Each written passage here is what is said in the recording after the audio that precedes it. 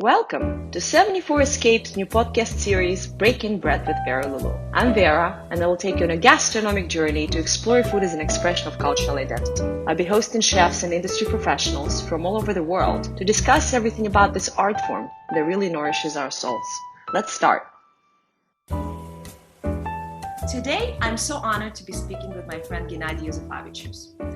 Widely regarded as one of the premier voices in food and travel, Gennady has visited approximately 140 countries and countless restaurants. He's a published author and has contributed to numerous publications, including Conde Nast, Tatler, Vogue, and GQ. And today I'm so honored to be speaking with my friend Gennady on this episode of Breaking Bread. Welcome. Hi, Vera. How are you? How are things in Moscow? It's 15th of October, and I still wear just my shirt. Nothing, not some shuba or coat or something like that. It's still amazing Indian summer. Wonderful. Here as well in New York City. So Gennady, you have your degree in economics. What ultimately led you to pursue food? Yeah, first of all, I studied in 80s. So end of 80s, beginning of 90s. And my post-graduation was between 1989 and 1992. So when I finished it in 92,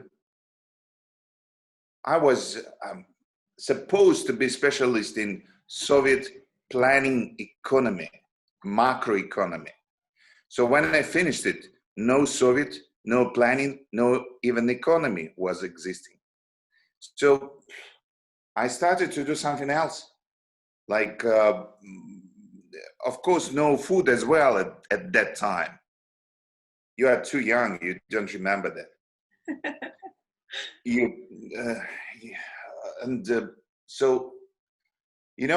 I started to do something else in the movie business, in publishing.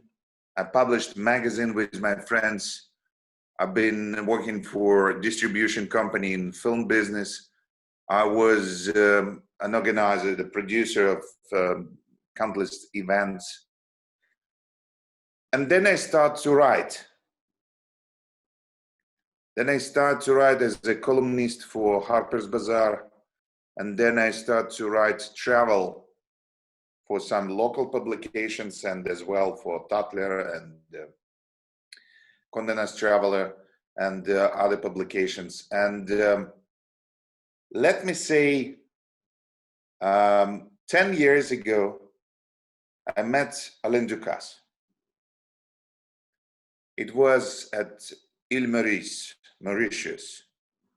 He has at the time a restaurant called Spoon des Îles. And it was probably my first encounter with a great chef. And we talked, and I had an interview, and he invited me to visit his free-star at Dorchester, because he asked me, where are you for Christmas? And they said, I'm going to London. And he said, do you have plans for the Christmas Eve? I said, not yet. And he called to Dorchester and asked if they have any table for me. And they said, no. And he said, okay, just put another table for my friend Gennady. And I said, oh, I like this, world of fine dining. And then I've been invited next year for the celebration of his Louis XIV in Monaco, for his first 25 years in Monaco. And I met a lot of people, 225 chefs, great chefs, they're invited. From Massimo Bottura to Paul Bocuse. And then was another, touching moment. And then I met Matthias Kroon, and we became friends. And you know, Matthias is a great food writer and actually great friend. And he also pushed me to, you know, to write about food. So for last 5, 6, 7 years, I started to write more and more about food. And then before it was on my business card was travel writer. Then it's turned to be food and travel writer. Now it's probably food writer, but I don't have any business card nowadays. Who has? Who has? You know, So that was my transition, and it was smooth. And what I think, you know, when I started to be a travel writer 20 years ago, it was essential to lead people to do various destinations and teach them how to get in, what to do, and so on. Now they have booking.com to book their own hotels. They have sites to book their tickets. They have concierge services to book their activities, but still they don't know where to dine. So instead of writing about, you have to visit this temple, I'm writing now, you have to visit this temple of fine dining. You know, it's funny you mentioned Matthias because he's actually the one who introduced me to Bruno Verjus. We had a beautiful meal at a table in Paris, and I still remember the day, and I can't wait, you know, to see Bruno again after quarantine is over. It's just... You know what? You know what? We have yesterday dinner with Bruno Verjus and Matthias. I was in Moscow, and they've been at Tatler, and I introduced Bruno to the guys of Cognac Courvoisier here in Russia. So yesterday was a presentation of a new design of a bottle of Courvoisier XO, and they wanted a French chef to cook a dinner. Of course, it was, you know, online cooking. I mean, we found a good boy here in Moscow, and Bruno discussed the menu with him, and then check the sources, check the ingredients, and the boy, Vladimir Chestikov, who Matthias also knows, he's a chef of Bureau Tsum restaurant here in Moscow. So he went to the market and show ingredients to Bruno. So that was kind of, because for us here in Moscow, I have to be, you know, honest, we are quite advanced in not only in fake news and using social media to elect Donald Trump, but also in other fields, like especially during the lockdown. You know, it was like, I need just 10 minutes to get ingredients at my home. New services is so fast, so fucking fast. They have, like, you know, base warehouses in it's like mobile phone services is like GSM. They have like beehives, and they have warehouses around the city. So you use your phone application, which is together with the taxi, the delivery, courier, everything is in one application. And you just scroll and you have, I need some water, I need some fruits, I need some steak, and so on. And it's 15 minutes. It seems like the pandemic wasn't very tough for you. Yeah, so, and also we have so much in online dining, Zoom, and for example, we started with one local bank, which is actually a French Société Générale, Russian Société Générale called Rosbank. We started in May online dining with their VIP clients, first in Moscow, then in St. Petersburg. And then we started to do it city by city. Now we have it done in 25 cities of Moscow, of Russia. What exactly is it? Can you describe it? What's the concept and how does it work? Yes. So I research, for example, it's, let me say it's Krasnodar. Mm-hmm. I made a research and I find out which restaurant is the best in the city. Then in Krasnodar, it was Skatina, the meat restaurant. And I contact the chef and the owner, Tahir Khalidberdiyev, and I said, we're gonna do online dinner with clients in Krasnodar, and your guys at the restaurant has to prepare 40 boxes with ingredients, almost ready. It's like Lego constructor. We send boxes where you can find, it's a 3 courses, starter, main, and dessert. And for example, starter consists of 7 ingredients. So all ingredients separately packed in vacuum packs. For example, is salad with avocado and with marinated shrimps and with some sauce and so on. So they got pre-marinated shrimps. They have to cut. They have to fry it out both sides just for 1 minute. They have to put some dressing into the salad.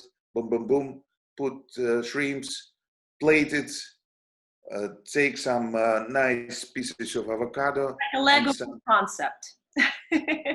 Yes, basically. It's like what Yoshi Tokuyoshi now doing in his Bentoteka, sending out this kind. So there are something like 20 different little pouches with different ingredients, plus bottle of wine. And we sent it out to the 40 addresses. And it's each box is for 2. And then we are at the same time in Zoom, 40 guests, me as moderator and speaker, and then chef from his kitchen. Chef shows how to actually assemble, how to prepare, how to assemble, how to make a dish. And then I'm talking, if we are doing something like about stracciatella, I'm talking about history, story of stracciatella, and so it's like a cooking class and dining, basically. It's social dining plus a bit of cooking class, but it's not from the beginning because we have like 90 minutes for the whole dinner. It's very interactive. Yes, and I'm talking about wine. I'm pronouncing it toasts. We are doing, I'm doing laugh and people laugh, and then I'm just introducing myself and ask people to introduce their kids, their cats, their dogs, their puppies. Yes. My cat's name is Uni, by the way. And then I introduce some prizes. So that's, we have, let me say, virtual table for 80 people. And then even then lockdown was finished. We continue. Because it's that much fun. Yes, and it's somehow, people like it because, they don't need to wear some formal wear, and they don't need to find somebody to sit with their kids. And it's a lot of fun. And sometimes we send, food for 2, but they invite guests. Sometimes it's a table for 8, for 10, and they celebrating. One time, I haven't done it yet, I must say. We can do it. And I yesterday was a bit different concept because first of all it was offline in Moscow. I mean, we have 30 guests. Have you ever heard about Narkomfin building? It's one of the masterpieces of Russian constructivism of 1930 of Moisei Ginsburg, which is real masterpiece. And you know, Le Corbusier was a big fan of this building. And it was in the state of decay, and the grandson of the architect made a reconstruction for rich guys. And now it's an apartment building with actually, they are very small apartments because it's historical building. They can't do big apartment, but there's something like 180 square meters. But the building has attached the food block or eatery or restaurant. What I don't know how they call it in 1930, but it's just, you know, just a beautiful constructivist building, a cube with 2 floors, and we have an aperitif on 1 floor and dinner on other floor. No kitchen, so Vladimir just used for the hot dishes the underground, and another passage for the cold dishes. So it was tricky. And Bruno was online, also waving and talking, and just, Gennady, you have to stop me, otherwise I will talk for ages. And Matthias was as well, of course. And we have a lot of fun and a lot of cognac, of course. And so there was no kitchen. I mean, coming from an experience, my second. It was a mobile kitchen because it was like a 6 courses dinner. You know, in style of Bruno. Of course, it wasn't as pompous. It wasn't Lever Royal or something, you know, but it was kind of nice, you know, very much in style of Bruno. The vegetable starter with different seasonal vegetables and so on and so. So it was Bruno. Very nice and very entertaining. And I was the speaker. Coming from my experience, we host dinner at my boyfriend's gallery, and of course there's no kitchen. So what I do is we do a lot of, you know, crudos, vegetables. And if there is one hot course, I bring my sous vide. And as there is no, I mean, the sink is like this small. So what we do is like we use bamboo plates, and we just bring the wine glasses, and it becomes a beautiful evening, you know, lots Absolutely. of fun. So you can really make it work if you want to. So how was Bruno like in Moscow? Bruno never been in Moscow, but he was just, you know, online. I believe he enjoyed it. Well, he's got such a tremendous personality. I think maybe once he gets a chance to visit, he would absolutely love it. Oh, I'm sure. Gennady, let me ask you this. What do you think contributed to Russian's food scene evolving so drastically in the last 10 years or even 5? Why do you think it became so fantastic lately? Strangely enough,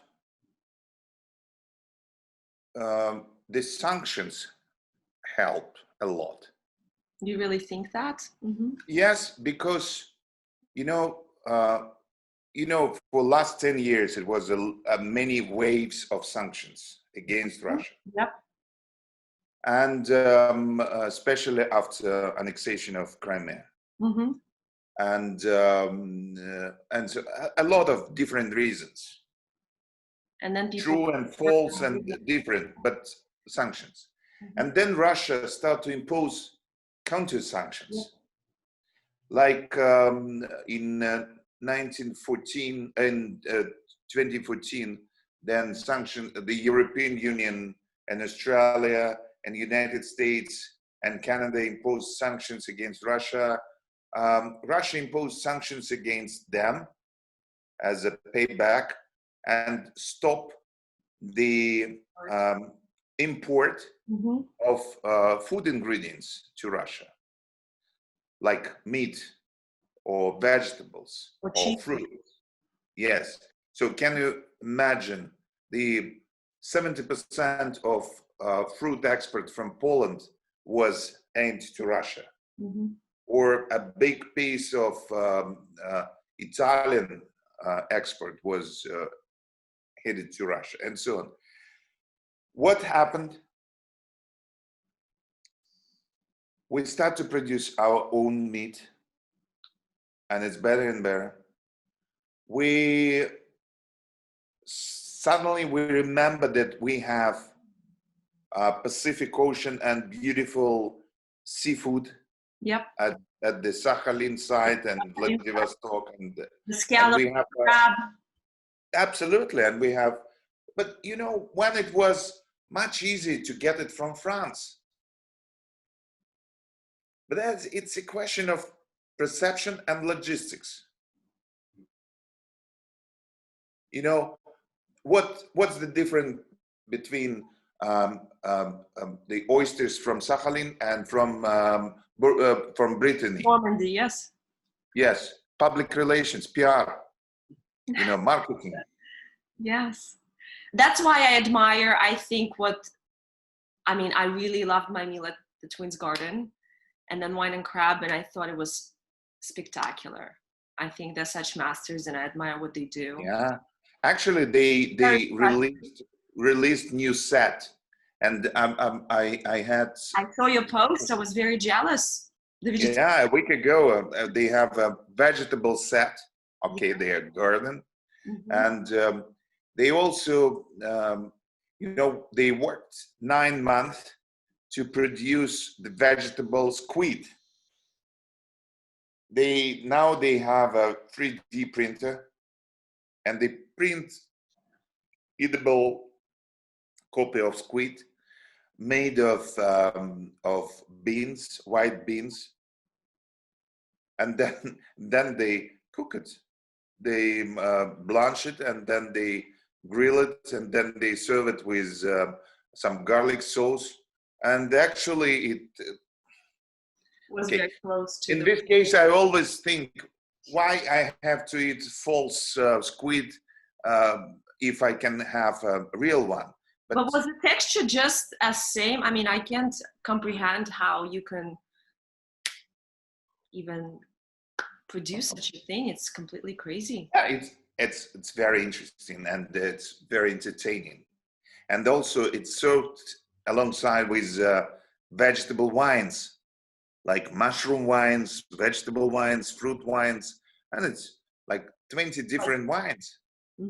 I remember I had a dish there, I want to say 3 years ago, which was like sallow, but it's vegetable sallow. Yeah.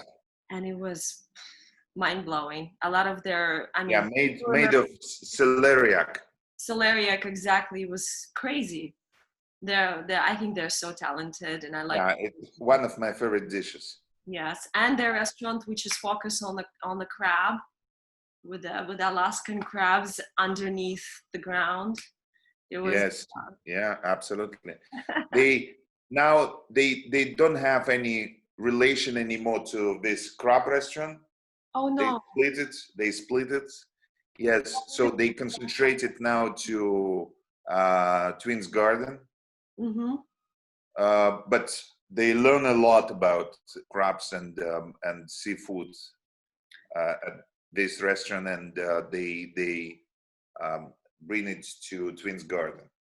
So the last time I was in Moscow, I dined at the White Rabbit, of course, and the Twins Garden Wine and Crab that is now not affiliated with them. But I only had 3 days. What are the other restaurants on the lookout for now, and what are the chefs? So what's happening in Moscow now? You will not believe, but you know what we hearing from Copenhagen, that restaurants are closing every day. Our favorite restaurants, Bobek left, his Geist, and 108 closed, and so on and so on. And what happening in Moscow? The new restaurants opening every day. Since end of lockdown, there is like in the center of Moscow, like 15, 20 new restaurants, which is worth to mention. Also, the restaurant, have you been to Beluga on your visit to Moscow? I did not have a chance. It's one of my favorite because they serve like a lot of different kinds of caviar. But they also want to be a fine dining restaurant, not only caviar house. And they had one chef, another chef, but what happened after the crisis? They brought one of my favorite chefs from St. Petersburg, Evgeny Vikentiev, who is really, a rock and roll chef, like tattoos everywhere, and his haircut is like he's a rap star or something like that, and he's really, live rock and roll life, and the owner is a very, conservative man, the lawyer and restaurateur by heart, but he decided to make something unusual, something unexpected, and brought him from St. Petersburg. And actually today I have his first 10 dishes at this restaurant, which is from today at the menu of Beluga. And it's beautiful, beautiful dishes, beautifully, crafted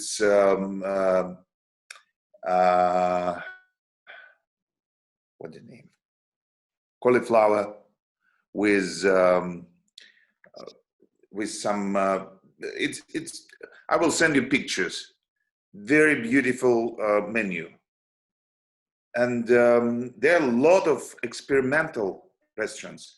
There are a lot of what we have known before crisis, before the lockdown. Moscow and St. Petersburg has two different models. Moscow is, producer, restaurateur-driven restaurants, and St. Petersburg is a chef's restaurants. I agree. Yes. Mm-hmm. Different reasons, because they are, in St. Petersburg, you have to invest less money, and then you have to pay less money, and then you can sell for less money. In Moscow, more expensive, so it's more demanding, and as a result, like New York. Yes, and as a result, less interesting. Yep.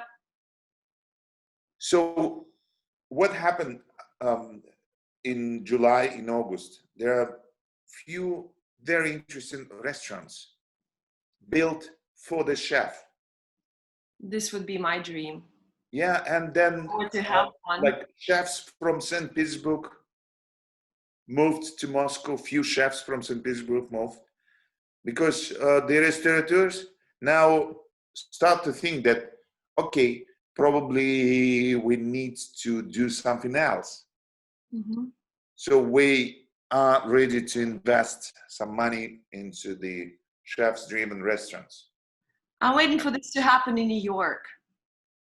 And I personally find the scene here is not particularly exciting. There's a few restaurants, but the fine dining to me is a little bit under the radar compared to, I personally enjoyed Moscow restaurants a lot more. You know, I find it so eclectic and interesting, and I'm just so proud of Russia.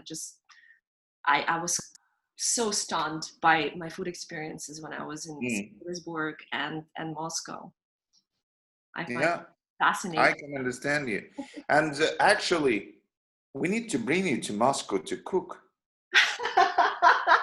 I'd love that. Can you steal me away? Please. You know, another very interesting dining experience. It's casual, very casual dining experience. You know Peredelkino? Yes. Peredelkino is the writer's, Kind of weird area back in the 90s, yeah, no? it was always known from Stalinist time. It was Exactly. like a compound for the writers, the countryside compound, dacha. Yes, yes, yes. And my father-in-law, who is a writer, he has his dacha there. Your father-in-law is a writer? Hmm? Your father-in-law is a writer. Yes, Oh. yes, yes. He's a writer, Anatoly Kim. Mhm. And if you will browse, you will find it was, especially in 70s and 80s, he was famous for his few novels like Belka, the squirrel, which is actually translated into English as well. But anyway, it's a writer's compound.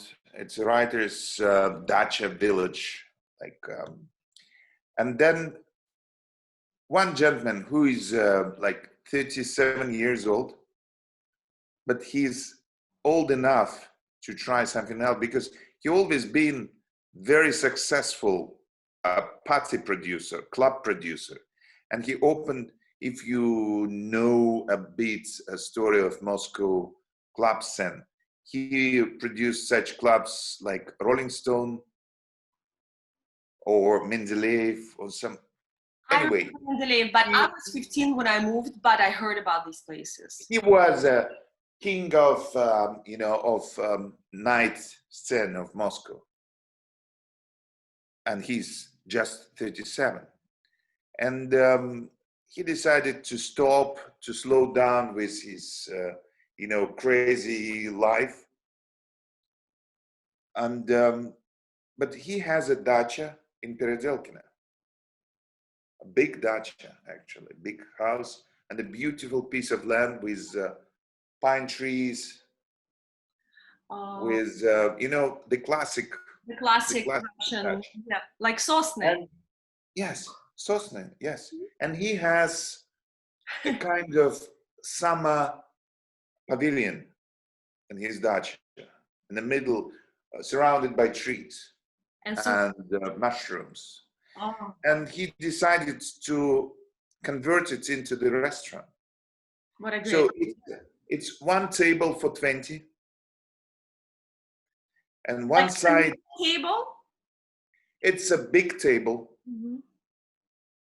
the communal table for 20, three sides of which used for guests, and one side used for chef. So one side is chef's side, and then chef has behind him a stove and the wood burn stove and the burners, everything. And they have a beautiful grill outside, and they have a little kiosk, outside, which is a bar. Mhm. And of course, they have a toilet outside, the typical dacha toilet. What about So, banya? No banya? no. So very authentic. Mhm. And initially, he decided to do it once a week on Saturday. Like a supper club, Yes, kind of. but people, he sells just, he sells tickets. Mhm. People has to arrive at 4 o'clock, have their drinks, and then have their late lunch, early dinner, and then they have stroll over Peredelkina with look to writers' houses and then even drinks in one of the houses. Came back and have their sweet part of the dinner and tea, and then the bonfire outside with more drinks. And okay, they started at 4, they finished at, let me say, 9 or 10. So it's a whole day experience for about 150 US per person. That's not a bad deal at all. Including food, including Drinks or no? the guided tour, and including some drinks like aperitivo and 3 glasses of wine. Mm-hmm. And he became a hottest place in Moscow. You know, booked ahead. And I didn't mention that he has no any team, any chef even. It's just him cooking for it. No, Oh. he invites new chef for every Saturday. Mm-hmm. So every So chef. it's also some kind of expression, self-expression for the chefs, what they want to do. And it's carte blanche for the chef. Chef has to send me a list of ingredients and then we cook. And it's also, you know, the cooking process is also together with people. So people are on the table and around the table and the chef cooks and it's a la minute or it's pre-cooked or whatever. And then I said to him, why only Saturday? Let's do it Thursday night and I will cook. I said, let's try. And it was sold out as well. And he said, I thought it's, you know, only Saturday people want to go outside the city. I said, no. We can do it Thursday. It's a beautiful place. People cannot book it on Saturday. So why not come on Thursday night? Just not at 4 o'clock, but at 7. And then it started a lot of private events as well. Mm-hmm. They're done on Sundays. Every Sunday was for, you know, like, okay, somebody like Abramovich and his guests arrive and they have a fun of somebody cook for them and they just, you know, it's like that. So there are a lot of Alain Passard's garden. Absolutely. Such a great experience. I think we arrived at 12:01 and we left at 7 or 8. I went 3 years ago. It was so much fun. It's an experience. Yes. So you can see a lot of options. There are little restaurants like 4, 5, 6, 7 tables, or even 1 table for 20. And there are new big projects which involved a big money as well. I think this so is show dining. Life doesn't stop here. I'm so happy to hear that. I can't wait to come back and visit my you know Kirill Rubinsky. Yes, I never personally met him, but you know, we're on the same group, of course. Yes, and he was lucky enough to had his COVID in March. Oh, boy. So he was so happy. He has you know, he already done. So he spent April traveling to Sweden, and then he spent May traveling to France and to California and to New York, and then June traveling somewhere else, and then to Russia, and then to Mexico, and then now he's in Italy, and he's traveling. I'm so jealous. I wasn't able to get out of New York since a year. It's crazy. I'm completely stuck. And he came to Moscow first time. Then he came to Moscow first time in July, I think. He said, okay, guys, straight from the plane, from the airport, he came to the restaurant, new one as well. I will tell you about the restaurant. And he said, okay, guys, if it's 1 to 10 scale of freedom in the cities, 1 would be for California, because in LA, you can get somebody hit you with a club if you don't wear a mask, or you just closer than 2 meters or whatever. And then New York, he said, is okay. It's 3 points. Paris is 5. Wait, it was being pretty bad or 10? What's the scale? No, 10 is the most the best. Oh, I mean, I think New York is 9. It's really strict here right now. Yes, I mean 3. He said it's from 0 to 10. 10 is Moscow, the most liberated city, free of any restrictions. I mean, there are some restrictions, but he came through the crowds, and he came to the new restaurant, and which is also a beautiful restaurant in the center of Moscow called Mama Tuta. And it's I had also my Instagram post about this restaurant, because it's happy marriage between Georgian and Italian cuisine, and I love about it. It's okay. Italian. No, it's because the chef is Georgian, but he made it. For example, he made a small Kimkali. You know what Kimkali, of course. Of course, I just had it 3 days ago. Yeah, but small Kimkali, 1 bite Kimkali in cacio pepper sauce.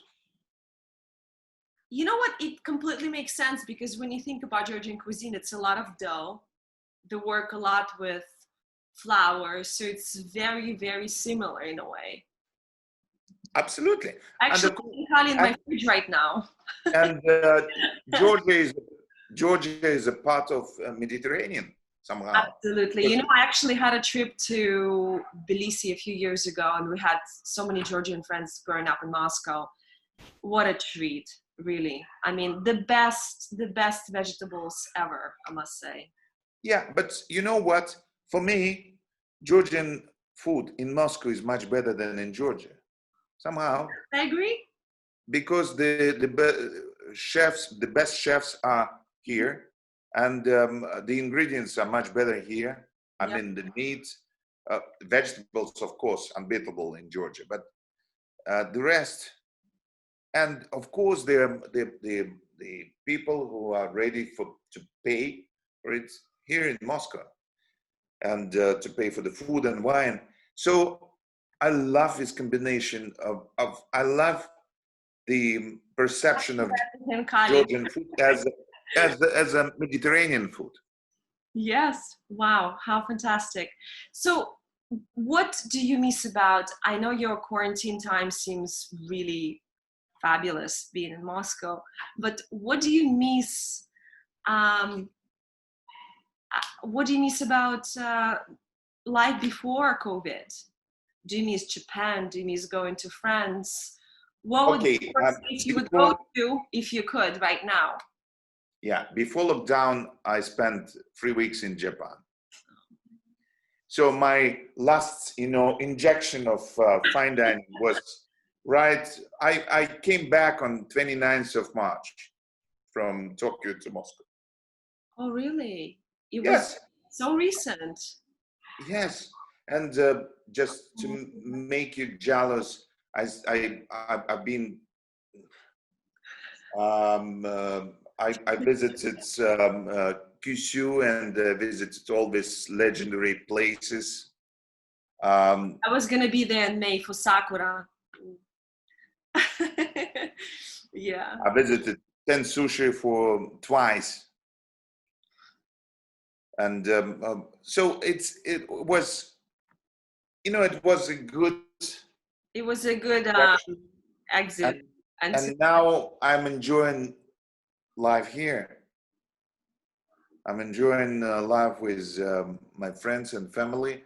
But also, what I enjoy most, I'm enjoying staying home. My home is my castle. As long as I have my wine, my books, my cat. Yes, I still have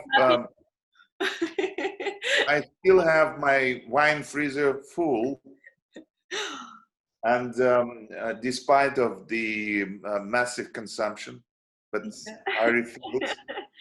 My plan personally was I had a sakura blossoms that I bought in February, which were fantastic. And they were in a big pot of water, and even after they stopped blossoming, they were kind of like a dry blossoms. And I wanted to keep them until whatever. And last week, my cat, of course, jumped on the vessel and it fell over and broke, and I had to take them out. But my sakura was with me until last week, you know. Okay, so you need to go back to Japan. I need to. The first chance I get, I'm just going to go. You know, I miss my times with Zayu. It was such a great experience working with Dan. Yes. I had such a. I actually, you know, it's a different experience when you go to visit, but when you live in Japan and you actually wake up and go to work, and you know, it's a whole different routine, and it was so absolutely. But I adapt so quickly, and for me, it was just such a beautiful experience, and I think about it every day, and I'm just in tears because I'm just dying to go back. And I was ready to go in May, and then this happened. But first flight we're allowed to. I'm going straight to Tokyo and Kyoto. I heard that Aeroflot is back in business for Japan next week. Oh, so maybe I'll come to Moscow and I'll hang out with you. We'll do a dinner, and then I'll go to Tokyo. I think that's the plan.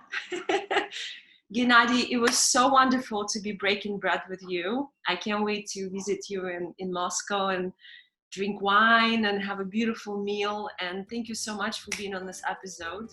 And salut. Thank you. Thank you for inviting me. Thank you so much. What a treat. Cheers. Cheers.